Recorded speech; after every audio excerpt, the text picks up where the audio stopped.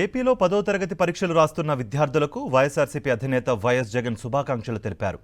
విద్యార్థులే రాష్ట్ర భవిష్యత్తు అని, పరీక్షల మీద దృష్టి పెట్టాలని సూచించారు. నమ్మకం పెట్టుకుని గట్టిగా ప్రయత్నిస్తే మంచి ఫలితాలు వస్తాయని వైఎస్ జగన్ ట్వీట్ చేశారు.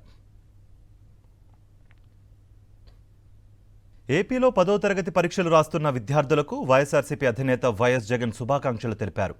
విద్యార్థులే రాష్ట్ర భవిష్యత్తు అని, పరీక్షల మీద దృష్టి పెట్టాలని సూచించారు.